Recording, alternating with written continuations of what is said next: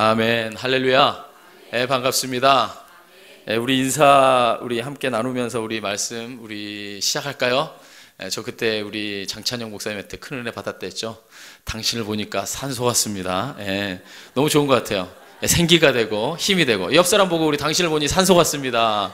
한번 인사할게요. 네, 생기가 되고 힘이 됩니다. 네, 띄어서 산소 같습니다 해도 돼요. 괜찮아요. 네, 주님 앞에 일꾼처럼. 산소 같고 또 산소 같은 여러분이 되시기를 간절히 원합니다. 외모 말고요, 사역하는 삶의 자세가. 할렐루야. 네, 오늘 말씀의 제목을 한번 다 같이 읽어보도록 하겠습니다. 한번 다 같이 따라해 봅시다. 하나님의 말씀으로 시험을 이기라. 하나님의 말씀으로 시험을 이기라, 이런 제목으로 함께 은혜를 나누도록 하겠습니다. 말씀 들어가겠습니다. 예수님께서요, 세례 요한에게 세례를 받으신 후에 공생애를 시작하기 전에 먼저 광야로 나아가십니다. 자, 세례 요한에게 이미 세례는 받았어요. 그러나 곧바로 공생애를 시작하지 않으시고 광야로 나아가사 그곳에서 무려 40일 밤낮을 금식하시며 하나님과 동행하는 시간을 갖습니다. 왜 하필 예수님이 40일을 금식하셔가지고 주의 종의 길을 가는 사람들의 마음을 무겁게 하셨는지, 어쨌든 공생애를 사시면서 40일 밤낮을 주님께서 금식하십니다. 전 아직 겸손해서 예수님이 가신 길은 아직 안 걸어가려고 3일밖에 안 했어요. 저는 예수님의 10분의 1도 못 쫓아가는 종입니다. 할렐루야. 뭐 이렇게 불만이 많으세요? 저 40일 하란 얘기예요? 제가 이 몸에 40일을 하면 어떻게 되라는 거예요? 제가 그렇지 않아도 제가 3일 금식하고도요, 제가 3일 금식을 3번 했는데 시험에 빠진 사람이에요. 왜 시험에 빠졌냐? 제가 대학교 처음 입학했을 때 감사해서 제가 3일 금식을 했거든요. 근데 대학 입학할 때 제가 성악을 전공했잖아요. 성악 전공하는 제가 대학 입학할 때 테너긴 했지만, 여러분 유명한 테너 뭐 파바로티라든지 이런 도밍고라든지 다 뭐 100kg의 거구들 아니에요. 100kg 넘고 막 이런 거구들 아니에요. 제가 52kg였어요. 딱 반. 52kg에 학교에 합격했는데 세상에 금식기도 3이라고 했더니 48kg로 내려갔어요. 안 믿겨지는 사람은 제 사진을, 저 핸드폰에 사진이 저장돼 있어요. 보신 분들이 있을 거예요. 그게 제가 제 핸드폰에 저장돼 있는 사진이 26세, 7세까지 갈 때까지 그 몸이었거든요. 왕자뿐 아니라 모든 제 몸을요, 밖에서 보면 해부하게 다 나와요. 뼈가 몇 개인지가 다 보이거든요. 그렇게 한 3번 금식하고 나니까 공들여서 한 2년 동안 살 찌워 놓으면 3일 금식에 4kg씩 빠지면 시험이 제대로 들더라고요.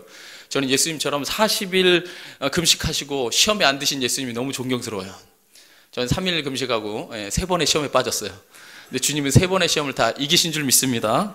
아멘 하는 건 뭐예요? 제가 그렇게 제가 3일 금식을 해봐서 아는데, 우리 예수님이 인간의 육신에 이 연약한 몸을 입고 무려 40일을 금식하신 이 예수님이 이 성경에 기록하면서 이 어떤 상태였다고 이야기하냐면요, 2절에 한번 볼까요? 오늘 본문 4장 2절에 보면요, 40일을 밤낮으로 금식하신 후에 예수님이 어떤 모습이셨다고 말합니까? 줄이신지라. 배고팠다는 거예요. 배고팠다. 예수님이 줄인 상태로 있었습니다. 그렇습니다. 예수님은요, 우리와 마찬가지로 먹지 않으면 굶주린 배를 움츠러지고 고통을 당해야 하는 평범한 인간이셨어요. 그러나 공생애를 사시기에 앞서서 먼저 이 금식을 하시며 인간의 모든 욕심과 욕정을 다 끊으시고 오직 하나님과 교제하는 깊은 시간을 통해 그의 모든 사역을 준비하는 시간을 가지셨던 겁니다. 자, 그런데 이 육체가 연약한 이때를 틈타서 여러분이 잘 알듯이 이 사탄이 다가와서 예수님에게 시험을 겁니다. 자, 우리가 잘 알듯이 몇 가지 시험을 합니까? 몇 가지 시험을 해요? 3가지입니다. 수요예배 나오면서 몇 가지 시험했는지도 모르시면 인생을 한번 점검해 보셔야 됩니다. 예수님이 3가지 시험을 당합니다. 자, 여러분이 너무나 잘 아듯이 첫 번째 시험은 이거였어요. 한번 따라해 볼까요? 돌로 떡이 되게 하라. 자, 제일 먼저 사탄은 예수님에게 돌로 떡이 되게 하라고 요청합니다. 그래서 3절 말씀에 이렇게 기록되어 있죠. 한번 3절 말씀을 다 같이 한번 읽어보겠습니다. 3절 시작.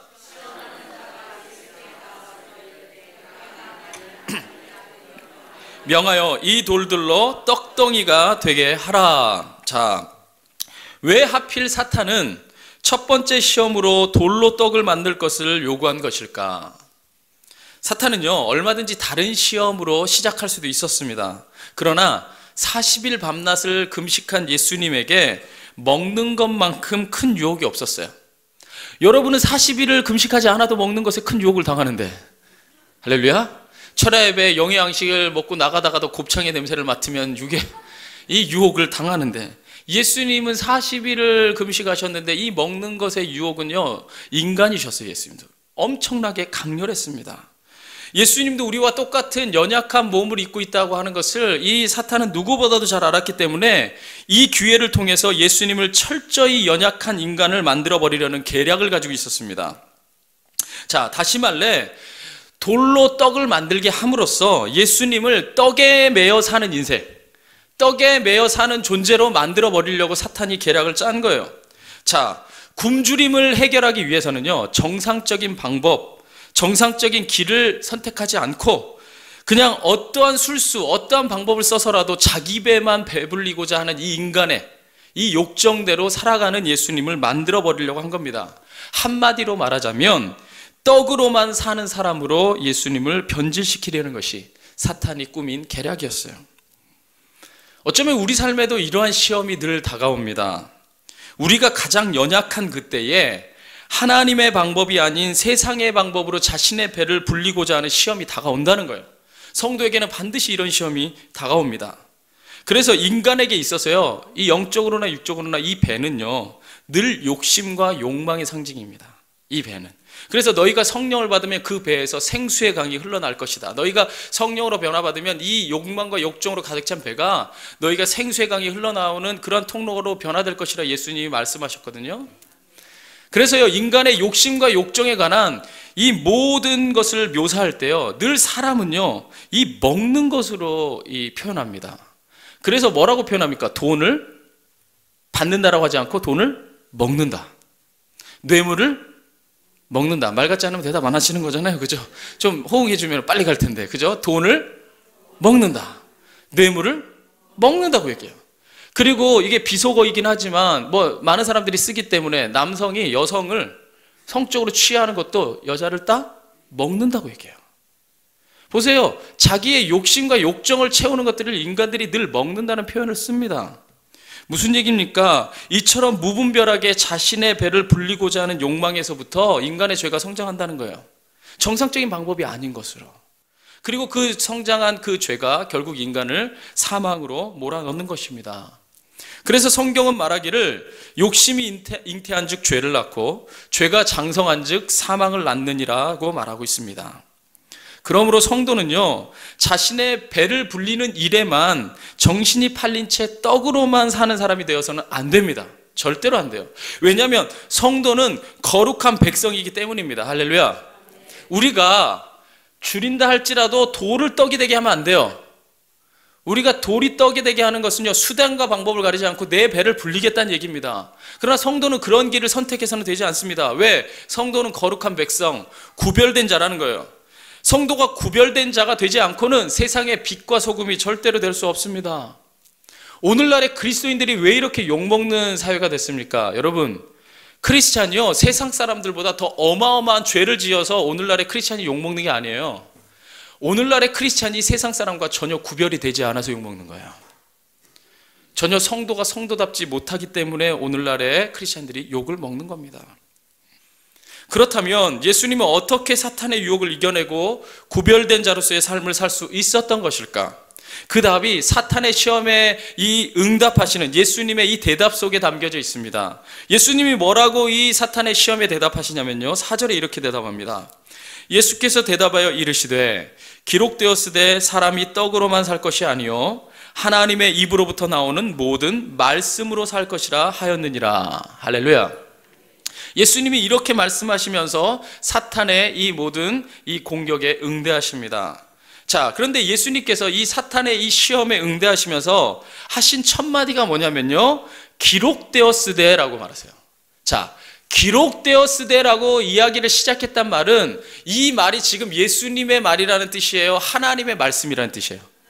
그렇죠. 하나님의 말씀에 기록되었으되라고 말하고 있는 겁니다. 그러니까 내가 지금 하는 말이 하나님의 말씀이라고 전제하면서 이 모든 말을 하고 있는 거예요. 그러면서 예수님이 사람이 떡으로만 살 것 아니요 하나님의 입으로 나오는 말씀으로 살 것이니라 말씀하세요. 여기서 이 예수님이 인용하신 말씀은요, 신명기 8장 3절 말씀을 인용한 겁니다. 신명기 8장 3절에는요 이렇게 기록되어 있습니다. 너를 낮추시며 너를 줄이게 하시며 또 너도 알지 못하며 내 조상들도 알지 못하던 만나를 내게 먹이신 것은 사람이 떡으로만 사는 것이 아니요 여호와의 입에서 나오는 모든 말씀으로 사는 줄을 내가 알게 하려 하심이니라. 이 말씀을 인용해서 예수님이 사탄의 시험에 응대하신 거예요. 그래서 이 신명기 8장 3절 말씀을요 제가 풀이해서 설명하면 이런 뜻입니다. 하나님께서 친히 이스라엘 백성을 낮추시고 배고프게 하셔서 그들이 전혀 알지 못하던 만나로 먹여주신 것은 하나님 앞에서 겸손을 배우게 하고 이를 통해 사람이 떡으로만 사는 것이 아니라 하나님의 입에서 나오는 말씀으로 사는 것임을 가르쳐 주고자 한 것입니다. 할렐루야. 그러니까 이 말은 뭐예요? 이 신명기 8장 3절 말씀의 핵심은 이런 겁니다. 하나님이 이스라엘 백성을 배고프게 하셨다는 거예요. 줄이게 하셨다는 거예요. 그리고 나서 저들이 전혀 알지 못하던 만나를 주셔서 먹게 하셨다는 거예요. 그러면서 이스라엘 백성, 이 모든 이스라엘 백성이 무엇을 깨닫게 하셨냐면, 우리가 떡을 구하며 사는 인생으로 살 것이 아니라 하나님을 구하며 사는 인생이 되면 하나님이 떡은 책임져 주시는구나. 이것을 믿게 하려고 하나님이 이 모든 섭리를 행하셨다는 것입니다. 그러니까 예수님의 이 말씀을 통해 우리가 깨닫게 되는 진리는 이것이죠. 잘 들으세요. 진정으로 떡을 얻는 인생이 되고 싶으면 역설적으로 오히려 하나님의 말씀을 쫓는 인생이 되라는 거예요. 그러면 하나님이 공급하시는 만나를 얻게 된다는 것입니다. 그래서 주님은요 친히 이렇게 이 진리를 아셨던 예수님이 이렇게 말씀하시죠. 그런즉 너희는 먼저 그의 나라와 그의 의를 구하라. 그리하면 이 모든 것은 뭐 해주시라? 하나님께서 더해 주시리라. 할렐루야. 그렇습니다. 우리가요 세상의 떡을 얻기 위해서 하나님의 말씀을 배신하면요 절대로 우리 인생의 만나를 맛보지 못합니다. 우리가 세상의 떡을 구하고자 하나님의 말씀에서 돌아서면 절대로 만나를 얻는 인생이 되지 못해요. 그러나 어렵고 힘든 와중에도 오히려 하나님의 말씀을 구하고 쫓는 자가 되면 우리에게 필요한 모든 것은 하나님께서 더해 주시는 은혜가 우리가 경험할 수 있다는 거예요. 다함이 없는 은혜로 우리의 삶에 풍성한 만나를 주님께서 허락해 주신다는 겁니다. 그러니까 떡으로만 살 것이 아니오라고 예수님께서 말씀하신 것은 하나님의 말씀을 쫓는 인생을 되면 떡은 당연히 하나님께서 주시는 너희가 은혜를 경험하게 될 것이다. 역설적으로 말하고 있는 겁니다. 떡은 먹어야죠. 그러나 떡을 먼저 구하는 게 아니라 너희는 먼저 그의 나라와 그의 의를 구하라. 떡은 하나님이 더해 주실 때 풍성하게 먹는 것이다. 여러분 인생을 살아가면서 이 진리 늘 기억하시기 바랍니다. 여러분이 성도라고 하는 이 정체성도 버려버리고 내 배만 배불리고자 수단과 방법 가리지 않고 내게 떡을 구하면서 사는 인생을 평생 살아가면요 여러분 평생에 여러분에게 풍성한 떡은 허락되지 않습니다. 왜냐하면 하나님이 더해 주시지 않기 때문이에요. 그러나 여러분 하나님의 말씀을 구하는 인생이 되면요 여러분이 생각지도 못하고 상상지도 못했던 그런 어마어마한 하나님의 공급하심을 경험하게 될 것입니다. 그 어떤 손길이 200만이 넘는 이스라엘 백성을 무려 40년 동안이나 배불리 먹일 수가 있습니까? 하나님의 손이 아닌들 그 모든 것은 결단코 가능하지 않았습니다. 이렇듯 예수님께서는 세상의 물질적인 유혹을 하나님의 말씀으로 이겨내셨습니다. 그러므로 우리도 세상의 유혹이 다가올 때 말씀으로 대응하여 이기는 자가 되어야 되는 줄 믿습니다. 자, 두 번째 이 사탄이 이제 시험합니다. 첫 번째 이 돌로 떡이 되게 하라고 하는데 예수님이 넘어가지 않고 말씀으로 이겨내세요. 그러자 두 번째 사탄이 이 시험을 합니다. 한번 따라해 볼까요? 성전에서 뛰어내리라. 자, 성전에서 뛰어내리라고 이제 예수님이 도전합니다. 자, 첫 번째 시험은요 물질에 대한 시험이었어요. 이게 먹히지 않자 이번에는 능력에 대한 시험을 합니다. 무슨 시험이라고요? 능력에 대한 시험이요. 그래서 5절에서부터 6절 말씀에 이렇게 기록되어 있습니다. 이에 마귀가 예수를 거룩한 성으로 데려다가 성전 꼭대기에 세우고 이르되 내가 만일 하나님의 아들이여든 뛰어내리라. 기록되었으되 그가 너를 위하여 그의 사자들을 명하시리니 그들의 손으로 너를 받들어 발이 돌에 부딪히지 않게 하리로다 하였느니라. 할렐루야. 예수님께서 하나님의 말씀을 들어서 사탄의 시험을 이겨내자 이번에는 오히려 이 사탄이요, 이 시편 91편 11절과 12절에 있는 말씀을 이용해서 예수님을 시험합니다. 이 사탄이요 굉장히 똑똑해요. 하나님의 말씀으로 이겨내니까 이제 시험 자체도 사탄이 하나님의 말씀을 들어서 시험합니다. 자, 사탄이 인용한 시편의 말씀은 이렇게 기록되어 있습니다. 시편 91편 11절에 12절에 보면 그가 너를 위하여, 여기서 그는요 하나님입니다. 하나님이 너를 위하여 그의 천사들을 명령하사 내 모든 길에서 너를 지키게 하심이라. 그들이 그들의 손으로 너를 붙들어 발이 돌에 부딪히지 아니하게 하리로다. 이렇게 시편에 있는 말씀을 들어서 너 여기서 뛰어내려도 너의 발이 돌에 부딪히지 않도록 하나님이 천사를 불러서 너를 지켜줄 것이다 시험합니다. 자, 보세요. 이 두 번째 시험을 통해서 사탄은요 예수님을 능력자로 만들려고 해요. 자, 그래서 예수님을 능력자로 만들어서요 구속의 성취보다도 능력의 행사에 더 마음을 두게 만들려고 계략을 짭니다. 즉 예수님을 능력자로 만들어서 구속자의 신분을 잊어버리게 하려는 것이 사탄의 계략이었어요. 여기서 사탄은 매우 간교하게도 이렇게 전제를 답니다. 내가 만일 하나님의 아들이거든, 네가 만약 하나님의 아들이라면 이라는 말을 덧붙여요. 자, 그래서 예수님이 능력자임을 증명해야만 마치 하나님의 아들인 것을 증명하는 것처럼 교묘하게 말을 변질시키고 있어요. 하지만 이것은 사탄의 치밀한 계략이었습니다.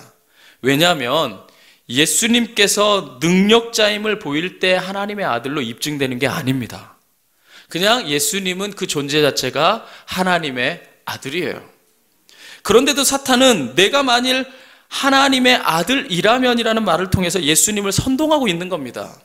그런데 이 치밀한 계략 속에서 사실 사탄은요 이 두 번째, 이 성전에서 뛰어내리라는 이 시험 하나를 통해서 세 가지 시험을 동시에 던지고 있는 거예요, 예수님한테. 자, 어떤 시험을 예수님한테 동시에 던지고 있는 거냐면요, 첫 번째 한번 따라해볼까요? 사탄은 성전을 시험하였다. 사실 이 두 번째 시험을 통해 첫 번째 사탄은요 성전을 시험하고 있는 겁니다. 그래서 5절과 6절 상반절에 보면요 이 사탄이 한 시험이 나와 있는데 이렇게 기록하고 있죠. 한번 5절과 6절 상반절 한번 여러분 읽어볼까요? 한번 읽어봅니다. 시작.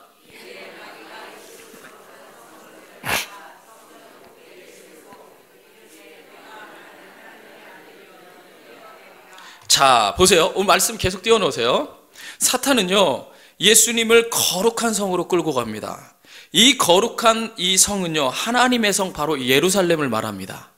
자, 이 하나님의 예루살렘 성으로 끌고 간다는데 바로 이 예루살렘은 어떤 곳입니까? 사도행전 1장 8절에 보면은 오직 성령이 임하시면 너희가 권능을 받고 예루살렘과 온 유대와 사마리아 땅끝까지 이르러 내 복음의 증인이 되리라 하셨잖아요. 그죠? 그러니까 이 예루살렘 성전은 하나님의 복음이 확산돼야 되는 가장 첫 번째 전초기지예요. 하나님의 복음이 선포되어지는 바로 그 자리예요. 바로 그 성전으로 이 사탄이 이 예수님을 끌고 갑니다.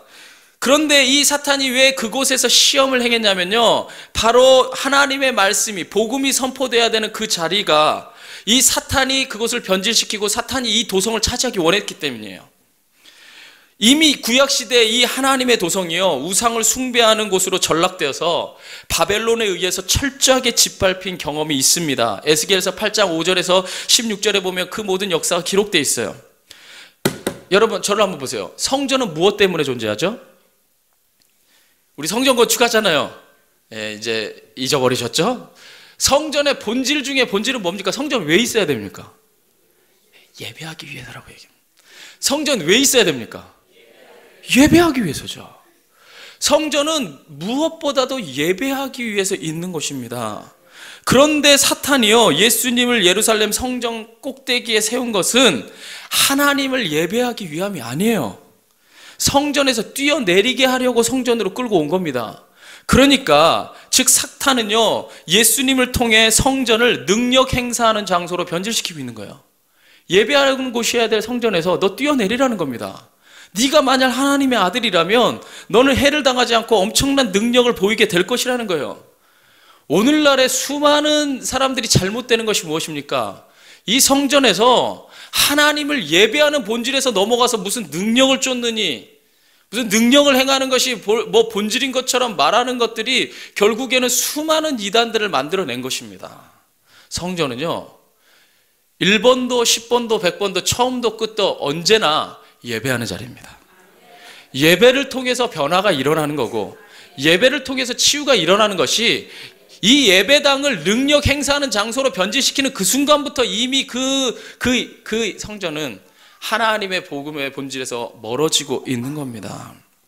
결국 이 사탄은요, 성전의 본래적인 의미를 완전히 상실시키려고 구태여 예수님을 성전 위로 데리고 올라간 거예요. 생각해 보세요. 뛰어내릴 거면 아무 산에나 뛰어내리면 되지. 그렇잖아요. 뛰어내려서 안 다치는 게 목적이면 아무 산에나 데려가면 되잖아요. 굳이 왜 예루살렘 성의 이 성전의 꼭대기로 올라갑니까? 이 성전이 예배하는 자리가 아니라 네 능력을 보이는 자리를 만들라는 거예요. 사탄이 이 두 번째 시험을 통해 이 하나님의 성전을 시험하고 있는 겁니다. 두 번째는요, 한번 따라해 봅시다. 사탄은 성경을 시험하였다. 사탄은요, 이 하나님의 이 예배의 자리인 성전을 시험할 뿐 아니라 성경을 시험하고 있는 겁니다. 그래서 그가 6절 하반절에 이렇게 말합니다. 한번 여러분 읽어볼까요? 6절 하반절 시작. 기록되었으되 그들이 손으로 너를 받들어 발이 돌에 부딪히지 않게 하리로다 하였느니라 말합니다. 자, 말씀을 계속 보겠습니다. 사탄은요, 예수님께 능력 행사에 대한 시험을 하면서 성경 말씀을 아까 제가 인용했다 했어요. 시편 91편 11절 12절 말씀을 인용했다 했어요. 그런데 이 사탄이 굉장히 교묘한 게 뭐냐면요, 예수님이 첫 번째 시험에서 하나님의 말씀으로 그 시험을 이겨내니까 똑같이 써요. 뭐라고 말합니까? 기록되었으되. 누구 말이라는 거 이게? 하나님의 말이라는 거예요. 창세기 3장에서 뱀이 이 하와를 꼬실 때요, 그가 하는 말이, 여러분 히브리 성경은요, 우리가 보듯이 산문체가 아닙니다. 원래는요, 히브리 성경은요, 운율에 맞춰 쓰여진, 엄밀히 말하면요, 산문적인 이 운율적인 시입니다. 시. 그런데 굉장히 이 히브리어 원문 성경을 연구해 보면 재미있는 게 뭐냐면요, 이 사탄이요, 하와를 유혹할 때 쓰고 있는 모든 단어가요, 창세기 2장 17절 18절에 하나님이 하신 모든 말씀을 그대로 단어를 다 가져옵니다. 운율에 정확하게 맞추는데 뭐를 바꾸냐면요, 한 단어씩만 바꿔요. 그러면서 하나님의 말씀을 완전히 변질시켜요. 그러다가 마지막에 너희가 이것을 먹는 날에는 반드시 죽으리라 이렇게 얘기하거든요. 근데 이 히브리 운율에 너희가 반드시 죽으리라 이 모든 말이 다 그대로 들어가고, 이 사탄이 마지막에 3장에서 이 하나님의 말씀을 결정적으로 이 하와에게 변질시킬 때 어떻게 쓰냐면요, 하나님이 쓰신 단어를 그대로 쓴 다음에요, 이 히브리어에서 이 부정어는 어떻게 하면 되냐면요, 영어의 not같이 I'm not a doctor, 나는 의사가 아니다 이러잖아요. 이 not 같은 용어가 뭐냐면요, 맨 앞자리에, 이 히브리어 용법으로는 맨 앞자리에 부정어가 들어갑니다. 맨 앞자리에 로자가 들어가면은 이게 부정어예요. 그게 아니다라는 거예요. 그래서 하나님이 쓰신 반드시 죽으리라 이 말씀을 그대로 다 사탄이 똑같이 쓴 다음에 앞에다 로자만 적어요. 그래서 반드시 죽으리라. 그러니까 반드시 죽지 아니하리라. 그래서 개역성경에는 결코 죽지 아니하리라. 그러니까 히브리어 성경으로 보면요, 이 사탄이요, 하나님이 하신 말씀을 그대로 다 가져다가 한 단어씩만 바꿔요. 하나님의 말씀을 인용하는 겁니다. 그래서 이 사탄도 뭐라고 말하고 있는 거냐면요, 계속 띄워놓으면 좋겠는데요, 기록되었으되라고 말하는 겁니다.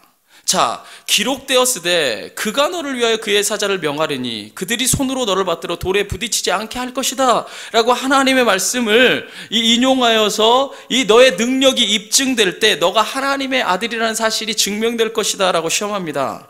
이것은요, 성경의 목적을 오용하려는 이 사탄의 치밀한 계획이었어요. 성전을 오용하였던 이 사탄이 성경까지도 오용하고 있는 겁니다. 여기서는요, 세 가지의 또한 사탄의 간과한 꾀가 들어가 있어요. 저를 한번 봐보세요. 제가 이 사탄이 가지고 있는 꾀를 한번 설명해 볼게요. 만약 먼저 예수님이 이 기록되었으되라고 사탄이 말하면서 하나님의 말씀을 인용해서 이 시험을 던지고 있으니까, 예수님이 만약에 성전에서 뛰어내리지 않으면 그는 하나님의 말씀을 안 믿는 사람이에요. 기록되었으되라고 이야기하고 하나님 말씀에서 뛰어내려 널 지켜줄 거라 얘기했으니까 안 뛰어내리면 하나님 말씀 안 믿는 거죠. 그죠? 두 번째, 뛰어내렸어요. 근데 천사가 안 지켜줬어요. 그렇다고 한다면은 어떻게 될까요? 예수님 안에서 이 뛰어내렸는데도 천사가 보호하지 않으면 성경이 틀린 거예요. 마지막으로 뛰어내렸는데 천사가 보호해줬어요. 그러면 어떻게 되는 거예요? 시험에 빠진 거예요. 그죠? 안 뛰어내리자니 성경 말씀 안 믿는 거고, 뛰어내렸는데 천사가 안 도와주면은 성경 말씀 틀린 거고, 뛰어내렸는데 천사가 운 좋게도 잡아줬다? 그럼 시험에 이미 들어간 거예요. 그러니까 예수님은 어떤 행동을 하든 안 하든 시험에 다 빠지게 돼 있어요. 굉장히 똑똑한 겁니다. 사탄이 그렇게 미련한 존재가 아니에요. 우리가 우리의 능력으로 사탄 못 이깁니다. 그런데 이 사탄이요, 이 시편의 내용을 인용할 때 사실은요, 잘못 인용한 겁니다. 왜냐면요, 시편의 말씀의 본뜻은 뛰어내림에 관한 것이 아니라 인생의 여정에 관한 설명이었어요. 이 시편은. 그러니까 이단들이 특별하게 쓰는 방법들이죠. 말씀의 한 구절을 가져다가 자기의 뜻에 맞게 마음대로 끼워 맞추는 겁니다. 그래서 전혀 말도 되지 않는 것을 다 말이 되는 것처럼 만드는 거예요. 그런데 여기서 사탄이 또 하나 단어를 빼먹었어요. 뭘 빼먹었냐면요, 시편 91편의 말씀을 한번 띄워주실래요? 그 시편 91편 말씀에는 뭐라고 이야기하고 있냐면요, 그가 너를 위하여 그의 천사들을 명령하사 뭐를 빼먹었어요? 내 모든 길에서, 다른 말로 하자면 네 모든 인생의 길에서 너를 지키다. 그래야 해서 너가 넘어지지 않도록 붙들어 주신다. 시편 37편 말씀처럼 네가 넘어지나 아주 엎드러지지 않도록 주님이 붙들어 주신다. 내 모든 길에서라는 말을 딱 빼먹어 버려요. 그래서 네가 뛰어내렸을 때에 붙들어 주신다라는 말로 변질시켜 버린 겁니다. 그러니까 사탄은 굉장히 교묘하게 하나님의 말씀을 변질시켜서 인용하고 있었던 것입니다. 세 번째로 한번 따라해 볼까요? 사탄은 하나님을 시험하였다. 하나님을 시험하고 있는 겁니다. 사탄은 성경이 믿을 만한 것이 못 된다는 것을 밝힘으로써 성경을 주신 하나님도 믿을 수 없다는 것을 드러내고자 했던 겁니다. 즉 사탄이 하나님의 말씀을 시험함으로써 결국에는 하나님 자체를 시험하고 있는 겁니다. 결국 이것은 옛날에 사탄이 하와를 유혹할 때 썼던 방법하고 똑같아요. 똑같습니다. 아까 제가 설명했듯이 이 사탄이 하와를 유혹할 때도 먼저는 하나님의 말씀을 의심하게 만든 다음에 그 다음에는요, 하나님 자체를 의심하게 만들어 버립니다. 여러분, 이 사탄의 괴계에 넘어지지 않는 자가 되기를 간절히 원합니다. 여러분, 그러나 여러분들이 이거 아멘 하지만요, 오늘날에 이러한 교묘한 말에 넘어지는 자들이 너무 많아요. 너무너무 많습니다. 여러분들, 제가 너무너무 많다면 그런 일이 있는 거예요. 우리 교회라고 여러분 안전지대라고 생각하지 마십시오. 이런 잘못된 복음에 빠진 사람들이 얼마든지 우리 교회 안에도 있습니다.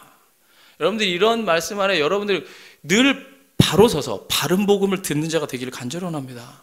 자, 이처럼 성전을 시험하고 성경을 시험하고 하나님을 시험하고 논리적으로 너무나 완벽하고 논리적으로 하나의 빈틈도 없는 이 시험을, 하나님의 말씀을 들어서 사탄이 시험하자. 이 진퇴의 악난에 빠진 예수님. 근데 예수님이 예수님인 것은요, 시험을 이기니까 예수님이에요. 우리같이 자꾸 넘어지질 않아. 예수님이 시험을 이기십니다. 어떻게 이기시냐면요, 또 한 말씀으로 이기십니다. 이렇게 이기세요. 자, 우리 7절 말씀을 함께 한번 읽어볼까요? 다 같이 읽어봅니다. 시작. 예수께서 이르시되 주 너의 하나님을 시험하지 말라 하였느니라 하시니. 할렐루야.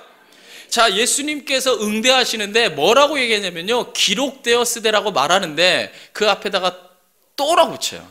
그러니까 이것 또한 누구의 말씀이다? 그죠? 나는 내 말은 한마디도 안 한다, 이런 뜻이에요. 또 기록되었으되, 하나님의 말씀으로 말하고 있습니다. 그렇게 말씀하면서 신명기 6장 16절의 말씀을 들어서 사탄의 시험을 이겨내십니다. 저 보세요. 제가요, 신방을 가거나 그런 분들을 만나거나, 제가 예전에 우리 두란노교회 왔을 때도 신천지에 빠졌던 그리고 제가 미국에서 급하게 온 이유 중에 하나도 그것도 있었는데, 우리 청년에서 열심히 사역했던 친구들이 신천지에 빠지고 했던 이런 친구들이 이 대화를 하다 보면 대화가 안 돼요. 대화가 안 되는데 왜 대화가 안 되느냐면요, 약이 들어가는 시간만큼 빼내는데 오래 걸려요. 그러니까 교육을 받고 또 우리 교회에서 열심히 청년들이 주로 갔었어요. 그러니까 가서도 열심히 했어요. 너무 열심히 공부하다 보니까 저를 굉장히 좋아하는 친구들인데도 제가 처음에 말할 때는 안 받아들여져요. 이게 튕겨집니다. 시간을 두고 지속적으로 나쁜 이 악한 이 모든 생각들을 빼내고 난 다음에 제 말이 전달되어지고 나중엔 다 회복되었죠. 너무나 회복되어서 지금도 열심히 사역하고 있어요. 할렐루야. 그런데 뭐냐면요, 이 창세기 3장에 보면 뱀이 하와를 유혹합니다. 근데 하와를 유혹하는데 아까 제가 말했듯이 이 히브리 성경에는요, 이게 뚜렷하게 드러나요. 하나님의 말씀 다 갖고 오면서 하나씩만 변질시켜갖고 자꾸 빠져들게 해요. 하와가 자꾸 빠져들어가지고 너 반드시 죽는다 했던 것도 죽을까 하노라, 먹지 말라 했는데 만지지도 말라 했다, 막 이렇게 갑자기 하나씩 막 덧붙여요. 그러니까 뱀하고 얘기하다 보니까 자꾸 동화되어가지고 막 나중에는요, 동산에 있는 모든 나무의 실과가 2장에 보면 다 먹음직도 하고 보암직도 하고 탐스러웠는데 그 말을 계속 듣다 보니까 그 선악과만 먹음직도 하고 보암직도 하고 탐스러운 겁니다. 자, 저는요 그 성경의 메시지를 보면서 하와가 어떻게 하면 시험에 들지 않을 수 있었을까 질문해 봤어요. 한번 여러분한테 한번 질문해 볼게요. 그러면 하와가 이 뱀의 유혹에 빠지지 않고 어떻게 하면 시험에 안 들었을까요? 대답하는 사람이 아무도 없잖아요. 그러니까 제가 목사님이겠죠. 제가 고민을 해봤어요. 하와가 뱀의 유혹에 빠지지 않을 수 있는 유일한 길, 딱 한 가지가 있어요. 뭐냐면요, 한번 따라해 볼까요? 아예 대화를 안 했으면 돼. 대화를 안 했으면 돼요. 아예 쳐다보지도 말고 뱀이 말 시작할 때 꺼져 이씨. 뱀이 말을 자꾸 하는데 듣기 싫어 이씨. 절로 가 이씨. 뱀의 말을 안 들었으면 자꾸 동화가 안 돼요. 그죠? 뱀의 말을 들으니까 나도 이런 거 같고 아리하기도 하고 까리하기도 하고, 교회 와도 어차피 말씀 듣다가 잘 좋는데 그게 그거 같기도 하고 저거 같기도 하고, 말을 들으니까 자꾸 내가 대응하다가 변질되는 겁니다. 그러니까 시험에 들지 않을 수 있는 유일한 방법은요, 아예 대답을 안 하면 돼요. 아예 그냥 대화를 안 하면 돼요. 시작을 안 했으면 결과가 없죠. 예수님의 반응이 아주 그러니까 뛰어난 겁니다. 주 너의 하나님을 시험하지 말라. 누가 하신 말씀이다? 하나님이. 그러니까 대화가 돼요, 안 돼요?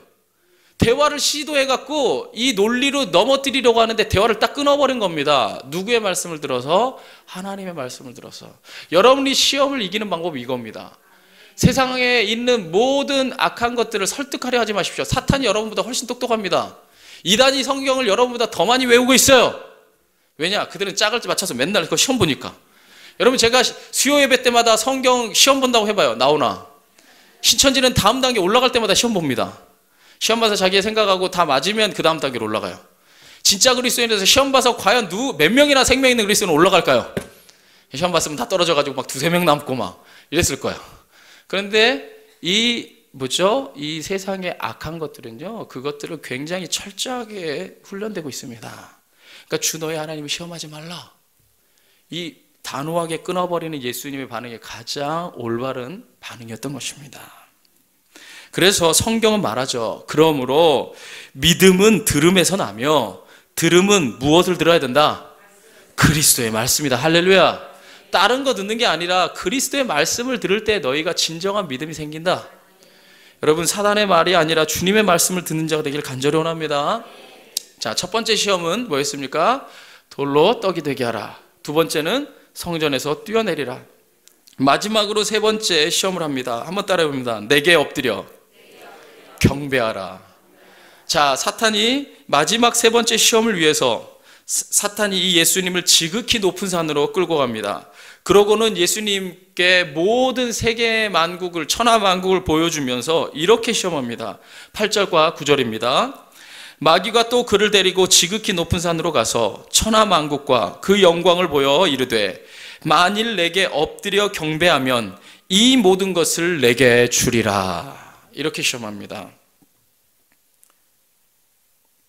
이거는 참으로 사탄의 위용이고 가시고 능력입니다. 우리가 사탄을 무시할 수 없는 게요, 사탄에게 이러한 공중권세가 있기 때문이에요. 아담과 하와 때부터 우리가 범죄함으로 이 모든 세상의 권세에 대한 주도권을 사탄에게 뺏겨버렸기 때문에 사탄은 이러한 공중의 권세를 가지고 있기 때문에 무시무시한 겁니다. 그러면 사탄이 이 시험을 통해서 의도한 것은 무엇인가? 한마디로 예수님께서 모든 사람들이 걸어가는 길을 갈 것을 요구하고 있었던 겁니다. 그런 걸 시험한 거예요.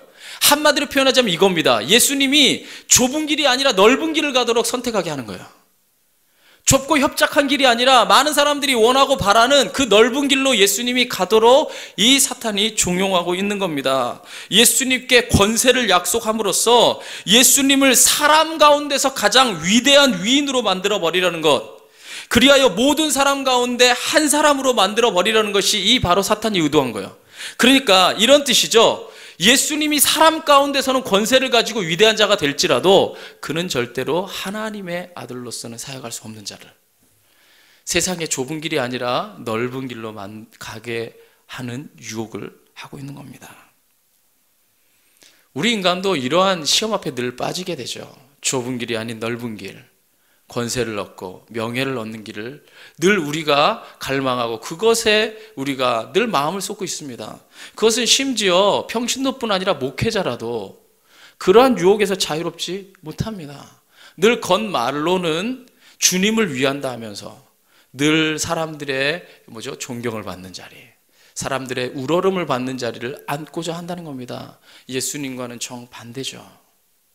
그러나 예수님은 그 시험 앞에서 이렇게 응대하십니다. 10절의 말씀입니다. 이에 예수께서 말씀하시되 사탄아 물러가라. 또 말씀하시죠. 뭐하였으되? 기록되었으되 주 너의 하나님께 경배하고 다만 그를 섬기라 하였느니라. 할렐루야. 또다시 예수님은 신명기 6장 13절 말씀을 인용하면서 하나님만 경배하고 섬기라는 말씀으로 시험을 이겨내십니다. 이 사건을 통해서 예수님은요, 하나님의 말씀 위에 온전히 선다고 하는 것이 얼마나 중요한 것인가를 우리 성도들에게 가르쳐 주신 거예요. 여러분, 말씀 위에 바로 서는 자가 되십시오. 말씀 위에 바로 서서 이 길을 자신이 없으면 수요 예배 오시고 금요철에 오시고 주님이 세운 종의 말을 들으세요. 할렐루야. 기억하십시오. 예수님께서 진정으로 하나님의 아들인 증거는 돌로 떡이 되게 하는 데 있는 것도 아니고 성전의 꼭대기에서 뛰어내리는 데 있는 것도 아니고 세상의 권세를 갖는 데 있는 것도 아닙니다. 바로 하나님의 말씀 안에 예수 그리스도가 하나님의 아들임을 증거하고 있는 것입니다.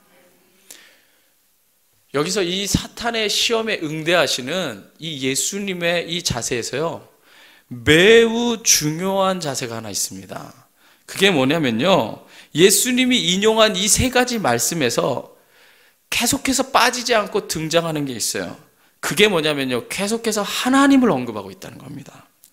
즉 예수님은 하나님의 말씀을 가지고 사탄의 이 모든 시험에 응대를 하시면서 굳이 하나님이라는 단어가 들어간 구절을 가져다가 사탄을 대적하고 있어요. 자, 세 가지 말씀들을 한번 4절, 7절, 10절을 차례대로 살펴보면요, 사람이 떡으로만 살 것이 아니요, 누구의 입에서 나오는? 하나님의 입에서 나오는 모든 말씀으로 살 것이라. 또 4장 7절에는 주 너의 누구를? 하나님을 시험하지 말라. 4장 10절에는 주 너희 하나님께 경배하고 다만 그를 섬기라. 할렐루야.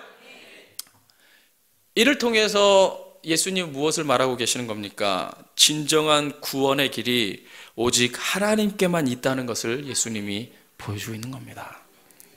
예수님은 하나님의 사역을 완성하는 순간인 십자가 위에서도, 그 십자가에 매달려 있었을 때도 끝까지 하나님만 바라보십니다. 근데 공교롭게도요, 사탄이 시험하는 것과 마지막 순간에 예수님이 십자가에 매달려서 그 온갖 고통을 당하는 그 마지막 순간에 사람들이 사탄에게 속아서 외치는 목소리가 어떻게 그렇게 똑같은지 몰라요. 사람들이 십자가 위에 매달려 고통당하시는 예수님을 향해서 뭐라 말씀합니까? 뭐라 말합니까? 내가 만일 하나님의 아들이거든 자기를 구원하고 십자가에서 내려오라. 너 세상의 것을 취하는 자리로 내려와라. 네가 만일 하나님의 아들이라면. 보세요. 공생애를 시작할 때 시작했던 시험이요, 어떻게 예수님이 돌아가는 그 십자가 위에서 이 마지막으로 하는 시험과 똑같습니다. 하나도 변화되는 게 없어요. 아주 재밌는 것은요, 여러분들이 베드로서의 말씀을 보면요, 베드로후서 2장에 보면요, 1절부터 보면요, 너희 중에 거짓 선지자가 이전에도 있었고 너희 가운데 지금도 있노라라고 말해요. 그러니까 사도 베드로가 베드로서를 기록했으니까 너희 가운데 있었고는 구약시대에 있었다는 얘기고, 거짓 선지자가. 사탄의 영에 속아 살아간 자가 있었다는 것이고, 너희에게 지금 있다고 하는 것은 사도 베드로가 살아있던 그 현장인 신약 시대에도 이 거짓의 선지자들과 사탄의 미혹의 영에 속은 자들이 있었다는 얘기요. 그리고 여러분들이 재밌게도 교회사 역사를 공부해 보면요, 1세기부터 예수님이 돌아가시고 나서부터 복음이 전파되는 그 순간부터 있었던 이 모든 이 사탄의 논리가요, 21세기를 살아가는 오늘날에도 똑같이 있습니다. 그러니까 과거에도 현재에도 미래에도요, 시험의 내용이요, 그리고 하나님을 부인하는 내용이요, 거의 대동소이해요. 변화되는 게 별로 없어요. 놀랍습니다. 여러분, 이 시험에서 능히 이기는 자가 되십시오. 예수님이 그러셨던 것처럼 말씀으로 이기는 자가 되십시오.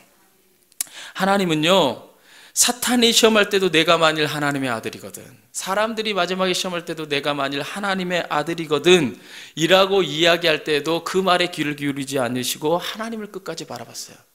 그때에 마침내 하나님의 뜻을 이루는 하나님의 귀한 독생자 예수 그리스도로 우리 앞에 온전히 서게 되신 줄 믿습니다. 그러므로 우리가 모든 시험의 순간에 말 때문에 넘어지는 것이 아니라 오직 하나님만 바라고 하나님의 말씀만 구하는 인생이 되기를 간절히 원합니다. 제가 어저께 여러 가지 이렇게 말씀을 준비하다가 우리 전사모가 이렇게 인터넷을 이렇게 서치해가지고 이렇게 몇 개 보여주는데 너무 재밌는 거 봤어요. 너무 재밌는 게 뭐냐면요, 이 이단이 비슷해진다는 게 뭐냐면요, 문선명이 죽었잖아요. 이 문선명이 죽었을 때 이 죽기 전까지 모든 공식성장에 나와서 하는 거 있었잖아요. 자기 부인하고 함께 이 면류관 쓰고 이렇게 막 손짓하고 막 동상도 세워놓고 막 하고 있었던 포즈가 있어요. 이 똑통일교의 그 큰 행사에서는 그렇게 꼭 나왔어요. 재밌는 게 뭔지 아세요? 문선명이 죽고 나니까요, 신천지가 그대로 면류관 그대로 다 똑같이 썼어요. 그리고 부인은 아닌데 무슨 지도자래요. 그 여자하고 똑같이 나와서요, 문선명하고 똑같은 모습으로 섰어요. 그러더니 동상도 똑같이 만들어 놓고요, 야, 통일교, 여러분 인터넷 한번 검색해 보세요. 통일교하고요, 신천지하고 동상하고 모션하고 면류관하고 다 똑같았어요. 야, 처음에는 다른 것 같았는데요, 끝으로 가니까 다 똑같이 지더군요. 예. 사탄의 시험은요, 언제나 똑같아요. 언제나 거기서 멀리 벗어나지가 않아요. 오늘 하나님의 말씀에 여러분이 바로 설 때에 이 모든 시험을 이겨낼 수 있습니다. 결국 사탄의 모든 시험을 이겨냈을 때 어떤 결과가 나타났습니까? 오늘 마지막에 11절 말씀 우리 다 함께 한번 봉독해 보겠습니다. 한번 11절 다 함께 읽어봅니다. 시작. 할렐루야. 이에 마귀는 예수를 떠나고 천사들이 나와서 비로소 그때 수종을 들었습니다. 우리도 하나님의 말씀으로 물질의 유혹, 능력의 유혹, 권세의 유혹을 이기면 결국 우리 삶에서 사탄은 떠나갈 줄 믿습니다. 사탄은 우리 삶에 역사할 수 없습니다. 왜냐하면 사탄은 유혹을 통해서 인간을 움직여 잘못된 일을 행하게 할 뿐이지 사탄 자체가 권세를 가진 존재가 아니기 때문입니다. 우리가 말씀으로 이겨나가면 분명히 사탄은 떠나게 돼 있어요. 하나님이 우리 안에 임하여서 천사가 우리의 삶을 지키게 되어 있습니다.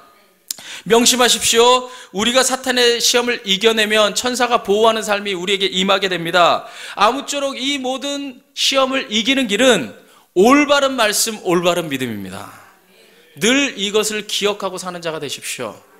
돌로 떡이 되게 하라. 물질의 시험, 내 배만 부르고자 하는 그런 욕정의 시험.